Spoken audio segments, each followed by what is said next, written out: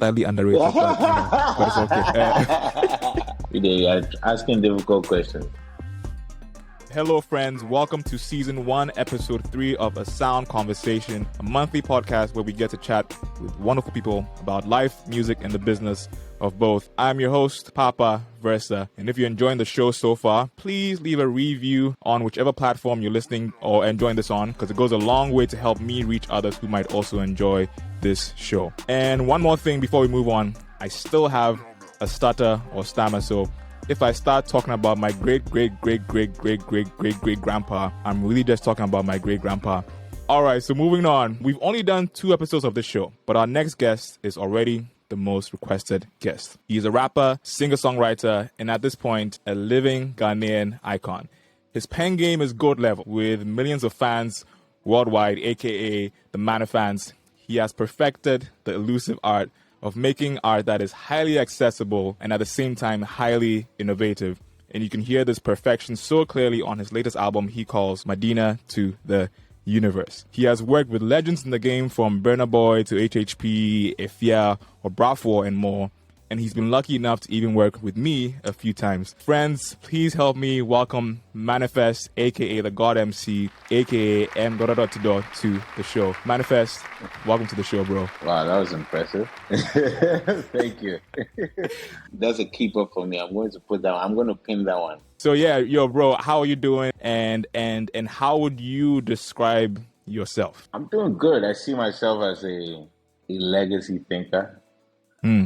And a boundary pusher, boundary breaker, and most importantly, somebody who's able to see past myself and see what the collective us how far we can go. Yeah, but here to contribute.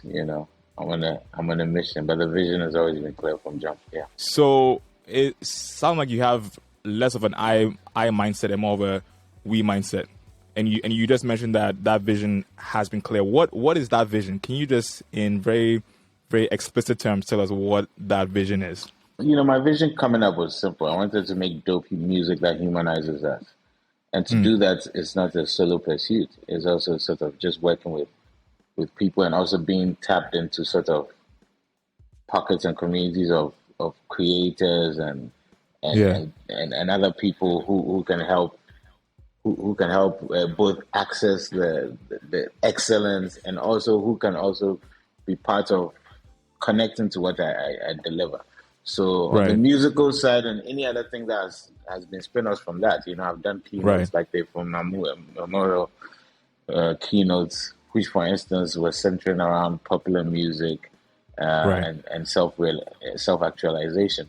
These are all learners that come from my activity in the music. So that's why when you ask me who I am, I didn't just talk about music. I talk about the grander things that one wants to think of, as a creation person. Yeah. So you're using the music to build something that is bigger than the music. That's kind of what I'm hearing. Obviously, it always has to be bigger than music. That press infamously said, "It's bigger than hip." That's right. That's right. It always is. It always is. A lot of us are raised by art and the music.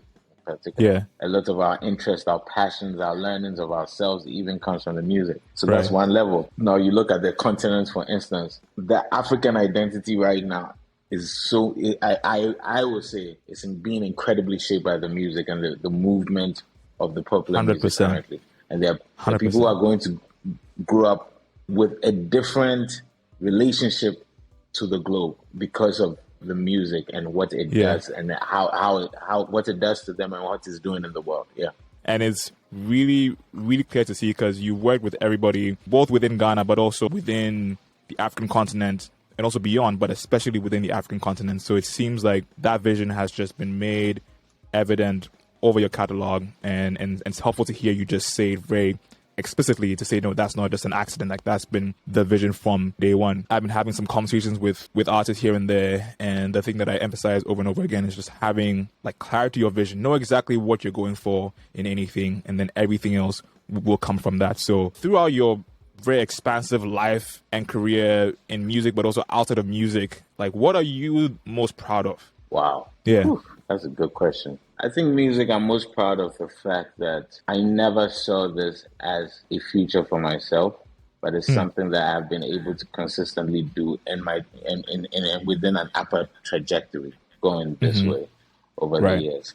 And I never envisioned that this was a possibility for me. And so it's taken us a level of diligence, sacrifice, and commitment to actually have been able to pull it off for probably 15 years or so. It's kind of crazy. I put out my first album in 2007. That's 15 years this year, right? That's even incredible for me, or incredulous. I feel incredulous saying that out loud. When there's some 15-year-old that's actually listening to my music that I created last year. That blows my mind. So that's musically, I think for me, that's what it is. And the fact that it's going this way for me. Yeah. That's a rare thing that happens in our world. Our world, you take the thing and then it goes this way. So for me, I'm quite fortunate that over the years it's been going this way. And the other thing is just being a father, because that's also another thing that I never envisioned either. Not because when we are young, we are told about parenthood or something, or being parents, or we know that exists, but actually experiencing it and being successful at it so far. It's actually something I'm very proud of. And being able to do that with this career called music. It's rough, huh? It's not that it's rough, it's challenging, but I am very proud that I've been able to do it. And that has always still taken precedence over certain things. That no matter where I am, if I'm just about to go to stage, and even if I'm in another country and my mother or whoever my son might be with at the time says, yo, this M.anifest, I will handle that. Right. Get on stage. So, but it's something that I also, nobody gave me a manual for. So it's wild. You're doing many things that there's no manual for. There's no manual for the music game. There's no manual for, fatherhood and life and all that stuff. So I think you're in, good company. How did fatherhood change you? One of my OGs, my American uncles, my acquired uncles, it's beautiful you acquire relatives over the years. Mark once told me just before my son was born that after you have him, life as you know it is irretrievable.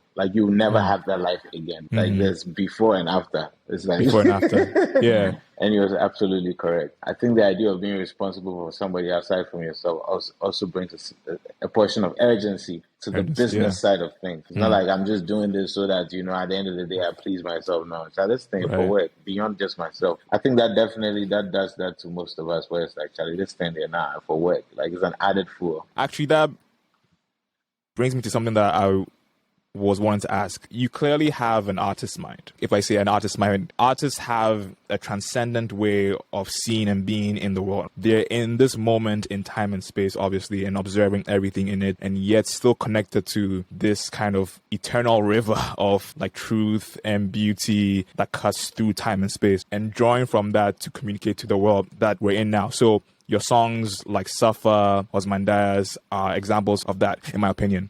So my question, and there's a question here, is how have you, as an independent artist in Ghana, found commercial success while maintaining that artist mind? Oh, that's a pretty impressive question. The preamble is impressive as well. I'll definitely cut that snippet and use it. There you go. What the artist does. And I think, before I answer your question, I think it's important that artists see the depth of what the work means and how you described it. I really loved it. The answer to your question, the first thing is I made a decision very early by the time I got back to Ghana. And that decision was clear to me. That decision said, this is how the African space works. So I am not going to be an alternative to the mainstream. I'm going to be an alternative in the mainstream. That was my first decision. Because I thought that was possible. My second thing was I historically looked at them, I'm like, this is possible. There have been humans killers. There have been Miriam Makeba. There's Ibo Taylor. There are incredibly gifted people who have who have succeeded, quote unquote, commercially against what maybe would have been the thing du jour of at that time or whatever trend.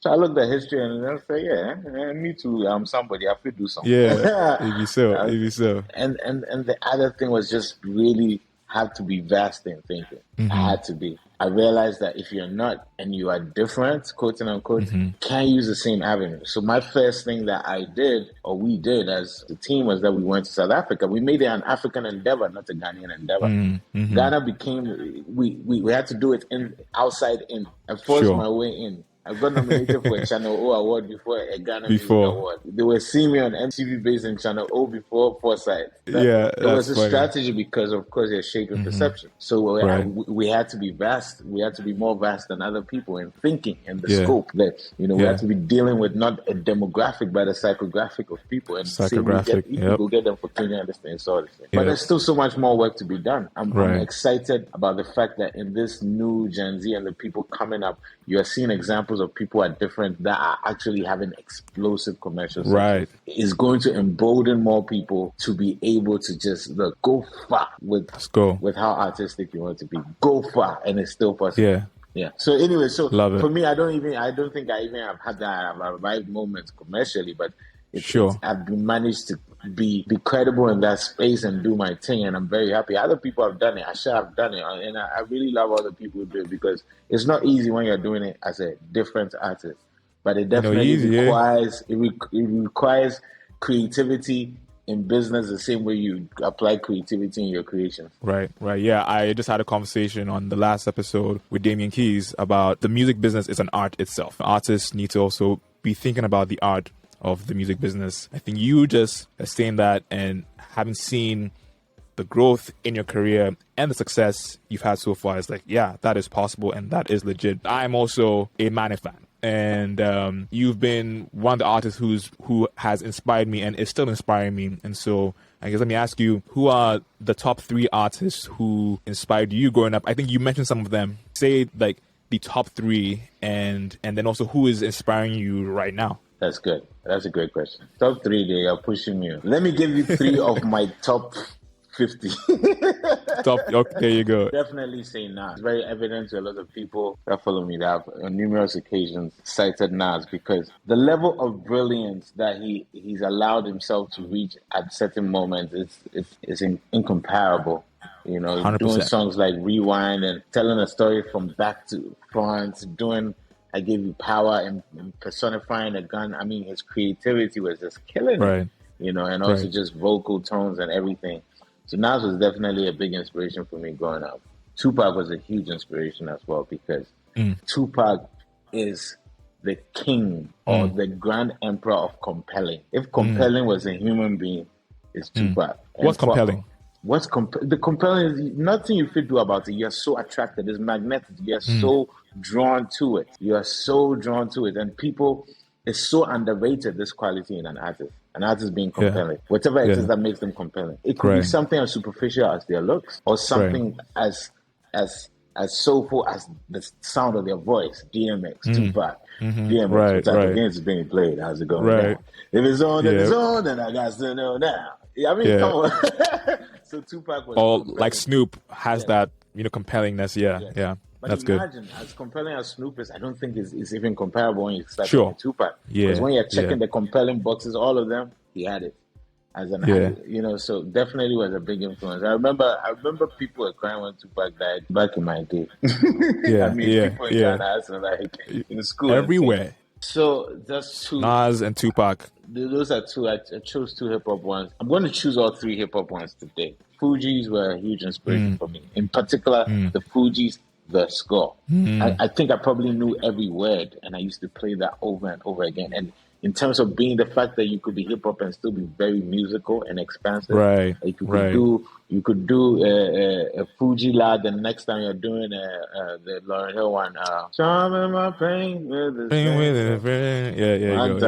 then you go to Killing Me Softly. Yeah, Killing Me Softly. Then you go to the reggae side. That's White Clover's Fugees and the score in particular. Definitely a big influence. That was the template. Yeah, exactly. Those are what they are, templates. So these 3, for instance, I would say were huge inspirations for me. That's awesome. So who is inspiring you right now? I'm still inspired by Andre 3000. He's just the kind of, Andre and Yasin Bey, most of I can literally, I still consistently go back to their work. Whenever Andre pops up, like I was listening to Love Below the other day, then I went to listen to Aquemini, then I went to listen to 80 Aliens just the other day. And then anytime he pops up, Andre is still so inspiring because his level has never dropped. As somebody who grew up listening to him, I have to still grow up, not competing with, but existing in the same world of creation that he is. And that's very inspirational for me. So Andre is a big inspiration. And look, in more recent times, the last few weeks, I'll say Black Sherif, because that level of compelling, that level of tenacious, that level of redefining what can be a mainstream success thing. I love it. Right. It's beautiful. Right. It's beautiful. It's so inspiring. It's inspiring. So dope to see. It's so inspiring. So shout out to people. It says, remember, a traveler. Do you understand when people write that way? They're tapping into a different spiritual source back. Exactly. That eternal river. That eternal river. Yeah. Yeah, exactly. Yeah. The source is heavy. I would say I'm also inspired by Tiggs Da Author. Okay. I love listening to Tiggs. Tiggs slaughters every feature, and his albums are magnificent. It's like he's also kind of such a I love listening to his stuff. But look, I'm inspired by a lot of the young. It's incredible. Yeah. Even in Ghana, I love it. Walasi still inspires me. There's so many different people, and Charlie, I stay listening to a lot of new stuff. Media, it's not. No. That's awesome. I don't live. Man shall not live on nostalgia alone. So, like, switching gears a little bit into the now. Your last album, Madina to the Universe, which my one critique, right? I think the album is amazing. 5-star album, but my one critique that will take it to a 4-star is I think you missed an opportunity, an alliterative opportunity, but also a conceptual opportunity to name it Madina to the Multiverse. Okay, I'll have to school you just with my studies of the Marvel and DC universes and show you about the multiverse. Okay. So you slack. That's all I have to say. Slack, That's all I have to say. Even Zuckerberg will say I should have called it metaverse. So. Metaverse, exactly. Even though my name is Ahmed, so maybe I'm metaverse. I don't know. Exactly. You just slack. That's all I'll say. But but you don't worry. I'll give you some notes later on. But on a more serious note, though, what does that album mean to you? It's just another marker in the growth, and the album means the journey. A luta continua. That album is a reflection on the journey, but it also means to me that, Charlie, you still got it, and you still have more places to go, kind of thing.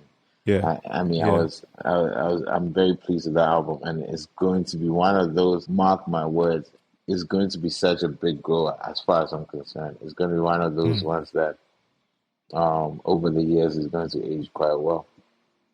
Because it has a special place in my catalog, but it also is just me pushing forward and pushing ahead and not remaining in the past. So I really love that. Yeah, you seem like very assured that it will age well. Does that mean you are doing some things to make sure that it ages well? Like, and if you are, what are some of those things? Yeah, I'm doing things beyond the music. I'm building a universe for Madina to the Universe, Yeah.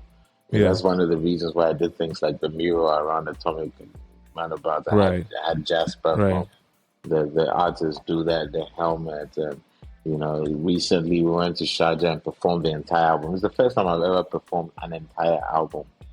The only thing I performed during the show. So, yeah, I'm cooking up some other things that are very interesting, pushing the limits, some performance art pieces that are coming from Madina. So we're building a whole universe around it. The merch is incredible. We're doing some stuff around the visuals.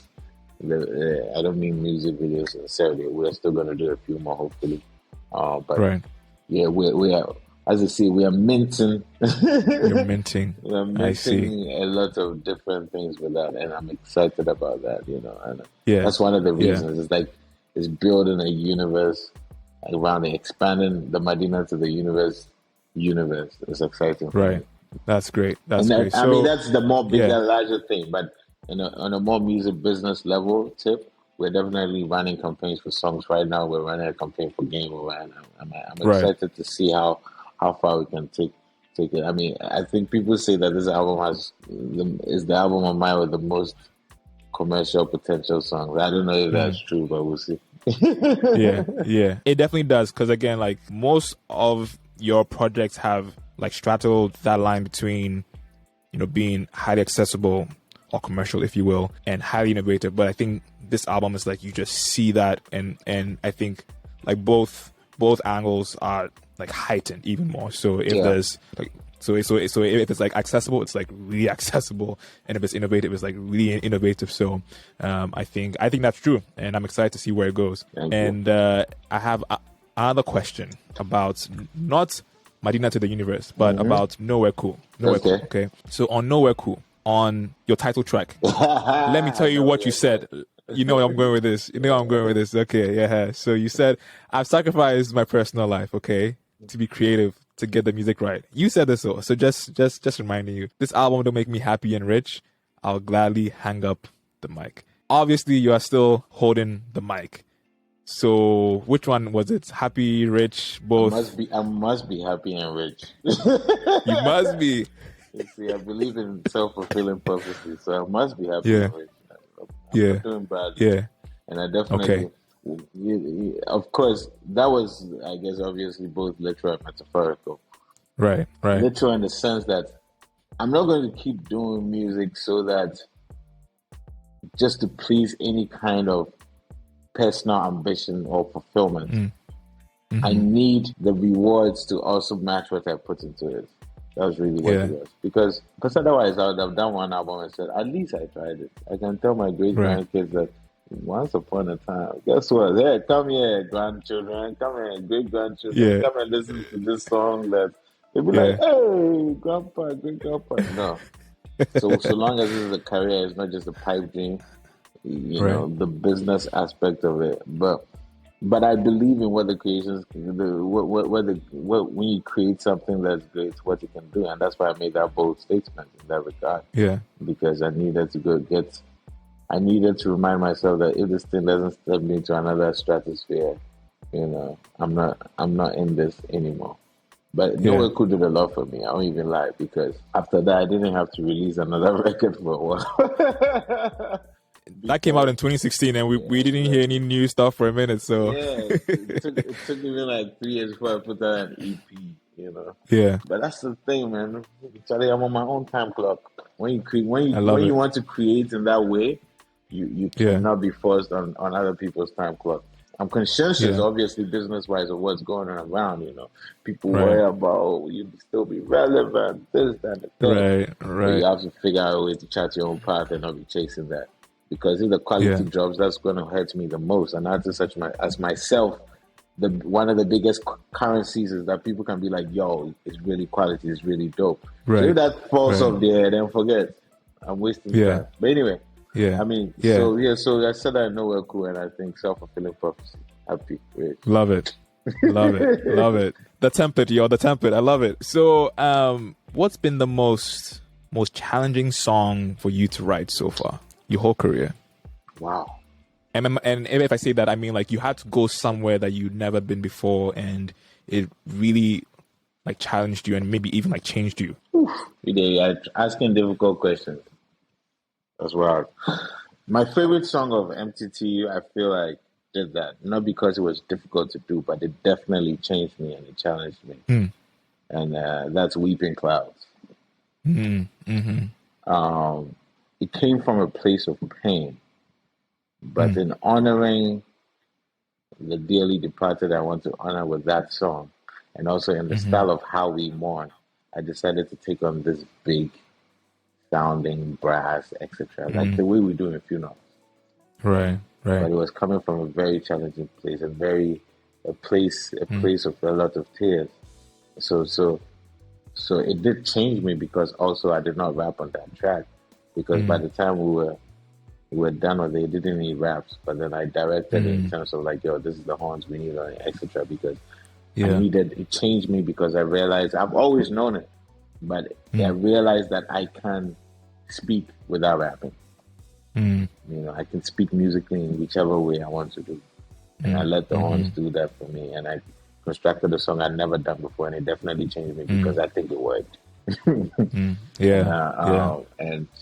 it's a very proud one for me. I enjoy. I performed only once, but I'm going to enjoy performing it everywhere. Like consistently, because it's a beautiful song. It's a beautiful song. But it came from a place of pain, you know. Woke up early morning, weeping, clouds are falling, voices out my head, calling, but had to make it beautiful and joyful at the same time. So definitely that one.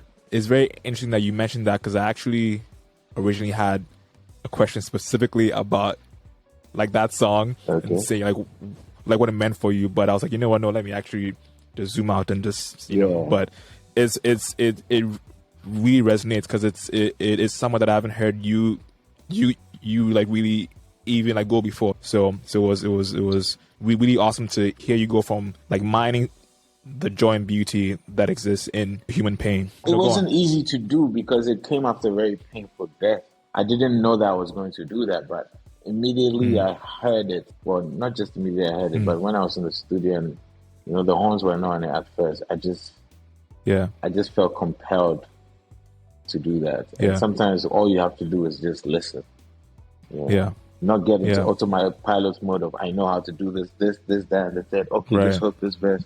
So I listened, but it was it was a difficult place to begin from. But I'm glad that it resonated with you that way, or that you could see that there was something about it that I had not achieved before. Yeah, I applaud you for doing what artists do best, which is using that pain to then create beauty out of that and keep it moving. So beautiful song. Thank you. Weeping Clouds. Go check it out. Shout out to Radical on production. Yeah. So since we're on the theme or tones of death and legacy and all, one day you and I will not be here. Are you sure? I think I'm pretty sure about that. There are a few things certain in life, and that seems to be the one thing. There's a trapdoor that's underneath each and every single one of us, and at any given day it would just open and we're no more. So when that day comes, or 10 years beyond that date, how would you like to be remembered? How I'm remembered is none of my concern. It's what I put out in the world, and how that is remembered and lives on is all of my concern. I think that's the most important. The what you create, the creations you put out there, and what they do. One year I might be slandered in my memory. 10 years later I might be celebrated. But it's about the thing that I do, and that's the one that is leaves the everlasting imprint. So the creations are not just the music. When you're talking about the things you create, you're creating the energies you put out in the world, the people you've helped, the whatever, like the legacy things. I wanted to have great resonance beyond myself. So that if you don't remember the name, you remember the legacy. You remember the work. It's most important. That for me is the most important, because you're right. In the immortal words of Andre, even the sun goes down, evils eventually die. Horoscopes often lie, but sometimes nothing is for sure, nothing is for certain. But until they close the curtain, we just go march on, So I wasn't trying to be dismissive of that. It's none of my concern, because it's like, I hear you. Whilst I'm here, one of the things that I have learned, I have mastered, not mastered in terms of completely, is not to be obsessed about people liking me, but to obsess over greatness and things of the sort, and being able to weather the storm of whether it's slander or wrong misperception and all these things. If you're really purpose driven, what is it to your business sometimes when the wrong thing is being said or whatever about you? It's cosmetic. It's cosmetic. It's noise. It's noise. It can change. It's cosmetic. I mean, Mandela was once put on the US terrorist list. Once. For like over a decade, they said he was a terrorist. Like, is this business to be worrying about that? It's about the things we do. And for me, that's what I'm obsessed over. So that I don't have to now be saying, hey, when I go, how would they remember me? No, because if I do what I'm supposed to do, if I embrace my destiny, not run away from it, then it's not a question I even have to ever personally contemplate. I love it. One last question before we move into the overrated, underrated section. It's something that the world really wants to know, which is, why was Paapa Versa not on MTTU? I mean, seriously, like, that's just like, I don't even understand. So, moving on real quick. No, we are not moving on real quick. Listen, you and I, we have lots of songs to accomplish. I mean, We do. I let We have work. I let these albums build themselves, right? And I let them create themselves. Yeah. I create them. I'm the architect. But I allow the different things to happen as they should. Because I was working on GMT, which we had worked on stuff for. But as the thing changed, I allow it to reconfigure the way it should. But you know but you know who is most responsible for you not being on Rona. Yeah. Rona, Charlie. All good. That wasn't on my list of questions. I was just like, messing with you. I just wanted to change our like vibe small before we moved into the game. So, I would like to give you your flowers now. Say you have been the Andre 3000 for me and many other people as well. And so yeah, keep going, man. Like, you are the template now, and I think what makes a genuine sensei is like somebody who understands that you're always learning as well. So I'll say you are a sensei by all measures. So thank you. Moving straight into our next segment, a speed round or a slow round, either which way. That's what she we'll said. Make it happen. Sorry. Go ahead. That's funny. I'll see who I can do with that. I'll see what I can do with that one. I'm gonna have to do an E, on this episode. Explicit, Yeah, lucky I'm even using a clean language. And for your sake, I know. Thank you. I can see that. This guy. Oh gosh. Overrated, underrated. I'm just going to say a word, and then you can, in as many words as you want to, say whether it's underrated or overrated. Okay. Mm-hmm. So number one, Madina. Underrated. By the time I'm done, Madina would be like Brooklyn for the world inside. You watch. Okay. Madina. We are watching and waiting. Madina We're watching and waiting. Man. Yeah. Next word, music awards.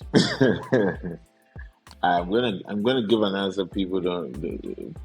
I know what people think I'm going to say, but I'm going to give a different. I'll say underrated. Let me tell you why. Okay. I'm looking at it from the perspective of the people who are holding, who do these, right? I think they underrate how important it can be in careers. So because of that, I don't think a lot of awards are being done as well as they can, and so they are losing the value. Even the Grammys is becoming a bit contentious now. Because look, there's years of proof that look, these things such as awards can change an artist's life. There are artists whose careers have been were crowned or were springboarded by these things.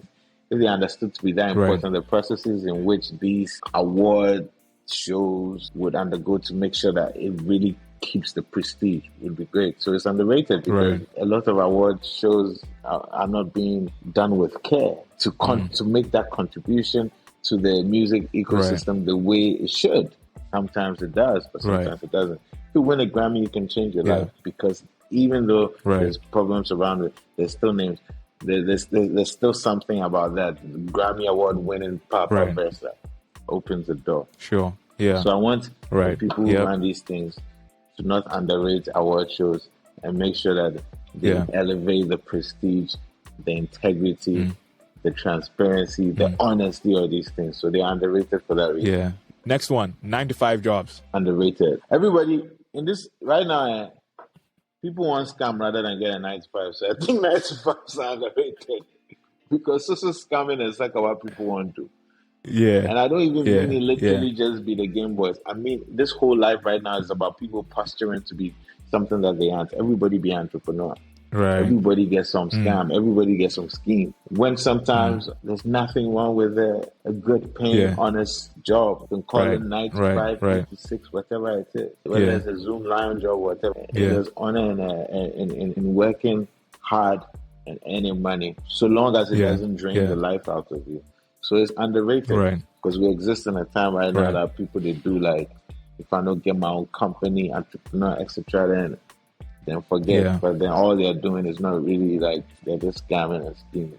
So 9-to-5s are underrated. Not for me though, because underrated. I will have but it's underrated, definitely. Shout outs to all the professionals, doctors, teachers, all the people where they hold everything down. If they not do them at 9-to-5s or 8-to-5s, how we go do them? I love it. Next one, the Ghana Black Stars. Hey, Mata. Wow. This is probably the hardest one because I have a very difficult relationship with the institution versus the players. I love the players. I love individual players. I think the people who put in that much work to get to that level of playing football and then also are playing for country is great. But since we carry cash go Brazil on plane, that fiasco, it's been obvious to me that the institution of the Black Stars is kind of, it's not being managed to its fullest potential. So therefore, it's a difficult one for me. The players are underrated, but the Black Stars as an institution is overrated because we have not lived up to the full hype of Ghana Black Stars. Since I've been alive, we've not won AFCON once. We went to World Cup, we reached the quarterfinals. You know, we haven't been able to build on our successes, and you have to. All we know is that we can fly cash in a plane to Brazil. That's wild. Just the worry me. That's wild. Yeah, that's just wild. You hear about all these politics and why this person was not included in the team, and you know all those stuff we had in those days. Whether it was Montari, whether it was Prince, Boateng. You know, it's just like, yo, Chad, how is the thing, the institution of the Black Stars being managed? I just want to call it that because I don't want to just say GFA or whatever. It's the whole thing. How is it being managed? That has been, so because of that, the Black Stars has been overrated. Okay. All right, two more. Next one, laughter. So I'm fighting it. But there you go. Underrated. Love it. And then last one, M.anifest. I'm rated. You're rated. That's it. You are rated. Under is not Love it. I'm rated. You know, I'm definitely rated. My fans think I'm underrated, but they don't realize the journey. They're on a journey with me. I'm rated. That's the first start of it. I'm not underrated. I don't have that. If you start thinking that way, you're consistently going to be finding yourself, or it becomes a self-fulfilling prophecy. I am rated. Hey, me, Kwame, man, I'm rated. People take me World Cup. People can come on social media and have fights with other people because of me. People can come and tell me how their lives have been changed because of it. I am rated, though. Me, Kwame, You're rated. Right, and I think I'm grateful for and I appreciate this. I'm super rated by other artists. It has made it quite easy over my years to like collaborate and do that. And that is something you cannot take for granted. There's some people who are incredibly popular, but we don't. The artists they love don't rate them. So unless they are going to give them block, nothing is going to happen. And that's something. It's coming back to the initial conversation, being like about vision and purpose led and really doing your thing to the fullest. What happens is that your peers, the people you sometimes seek validation from, or whatever it is people want from the other artists, whatever, will give that to you. They will rate you. I don't think I've met somebody whose work I love that hasn't rated me, and I'm very fortunate in that regard. And I hope that continues. That is also a reminder that I need to keep on that path and always triple, quadruple focus and do the thing, because that kind of rating is beyond popularity. There's this value that you can get in being rated that people don't understand. It's impact and longevity. I think that's a great answer. That's exactly how I would have answered it. Maybe slightly underrated, but it's okay. All right, bro. Thank you so much for your time and working through so many hashtag technical difficulties to make this happen. Do you have any last words for our audience? It can be anything to promo, a word of gratitude. How can people find you? Anything. This is your time to speak to the audience. Paapa Versa, I am very grateful for you. Count myself honored to have met you many years ago. It's almost getting to a decade. You're incredibly gifted in many aspects. Thank you. And what's even better is that your soul and your spirit is clean and pure. It emanates that kind of genuineness and that kind of thing that sometimes a lot of gifted people don't have. A lot of people are gifted, but in their bodies is a lot of rubbish character and personality. You're far from that, and I'm very grateful for you, and I'm looking forward to you being able to cross many more terrains in your path. It's almost inevitable. Your destiny there. Please just make sure that you don't chase your destiny away ever, and honor your gifts and just keep being you. I wish for nothing but constant elevation for you. And happiness and joy. You deserve them. completely in a very global way. We are not even talking Ghana. We're talking about you reaching where you need to be. So that's what I want to share with you. And to everybody else watching, similarly, I want everybody to remember that your time here on earth is such a valuable thing. You cannot scam your way through life.